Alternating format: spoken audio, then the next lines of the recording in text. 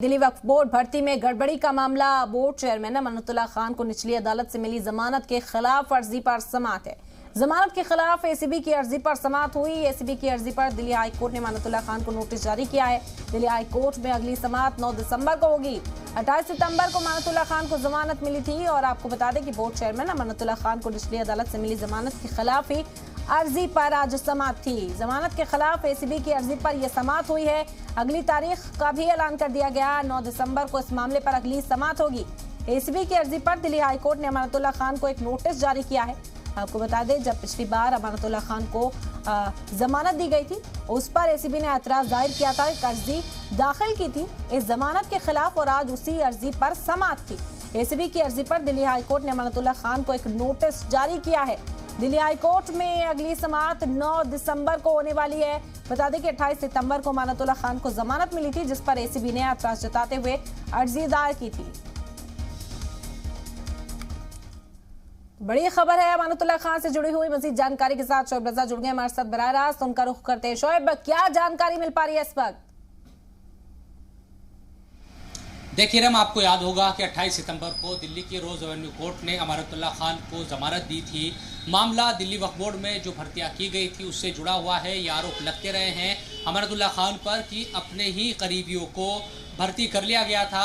ये तमाम चीज़ें उनके आरोप उन पर लगते रहे हैं। इसी को लेकर जब एसीबी ने इस पूरे मामले की जांच की थी और पिछले दिनों उनको बुलाया गया था एसीबी दफ्तर, वहीं पर उनको गिरफ्तार कर लिया गया था। उनके साथ साथ 2 लोगों को और गिरफ्तार किया था। एक छापेमारी की गई थी, एक लड्डन को गिरफ्तार किया था और जो करीबी है उनके जहां से पिस्टल और कुछ कैश भी बरामद हुआ था।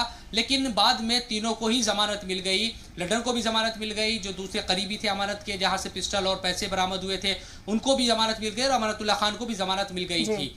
इसके बाद अब एसीबी हाई कोर्ट पहुंची और ये याचिका दाखिल की गई कि अमानतुल्लाह खान की जो जमानत है हाई कोर्ट से कहा एसीबी ने कि इसको रद्द किया जाए। इस पर आज सुनवाई हुई। इसके बाद हाई कोर्ट ने इस पूरे मामले में अमानतुल्लाह खान को एक नोटिस जारी किया है और जो दलीलें दी जा रही है एसीबी की तरफ से वो यही कि 10 से ज़्यादा जो मुकदमे हैं वो अमानतुल्लाह खान के खिलाफ है। पुलिस ने बैड कैरेक्टर उनको घोषित किया गया है।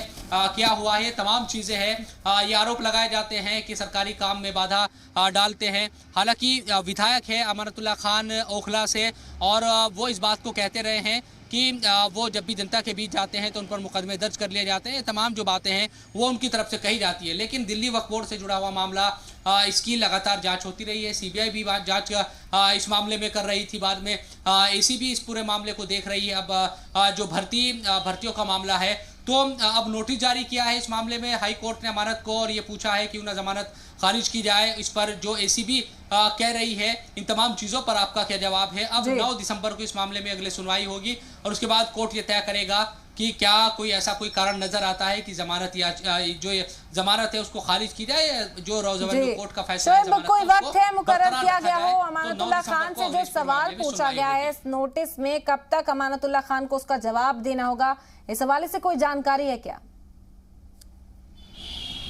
देखिए, चूंकि 9 दिसंबर को इस मामले में अगली सुनवाई है तो उससे पहले ही अमानत को अपना जो जवाब है वो कोर्ट में दाखिल करना होगा।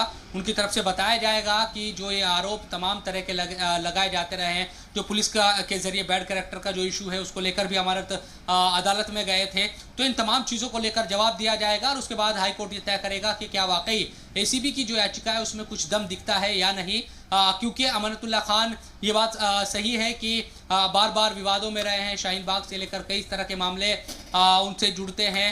क्योंकि आपने देखा कि शाहीन बाग में जब बुलडोजर चलने की बारी आई थी, अमानत वहां पर खड़े हो गए थे, तब उन पर आरोप लगा था कि एमसीडी कार्रवाई करना चाह रही थी लेकिन उन्होंने नहीं करने दी थी। और उसके बाद एक जो कालिंदी कुंज का जो इलाका है वहां पर कुछ घरों को तोड़ा गया था, तब उनको गिरफ्तार भी किया गया था। एक दिन वो जेल में रहे थे लेकिन उनको जमानत मिल गई थी। एसीबी के मामले में कई दिनों तक वो जेल में रहे। जो दिल्ली वक्फ बोर्ड से जुड़ा हुआ मामला है इसमें कई दिनों तक वो जेल में रहे थे लेकिन रोज एवेन्यू कोर्ट ने उनको बाद में जमानत दे दी थी। इसी को लेकर अब एसीबी हाई कोर्ट पहुंची है। अमानत की तरफ से इस मामले में जवाब क्या दाखिल किया जाता है यह देखना होगा और 9 दिसंबर को जब इस पूरे मामले में सुनवाई होगी तब ये पता चलेगा कि दरअसल इन तमाम चीज़ों को लेकर कोर्ट की राय क्या है। क्या कोर्ट को कुछ ऐसा लगता है कि जमानत खारिज की जाए या फिर जो रोज एवेन्यू कोर्ट का फैसला था जमानत देने का वो सही था, उन तमाम चीजों को लेकर हाईकोर्ट तय करेगा। बिल्कुल शोएब, अब देखना होगा क्या जवाब अमानतुल्लाह की ओर से दाखिल कराया जाता है। बहुत शुक्रिया शोएब तमाम जानकारी का।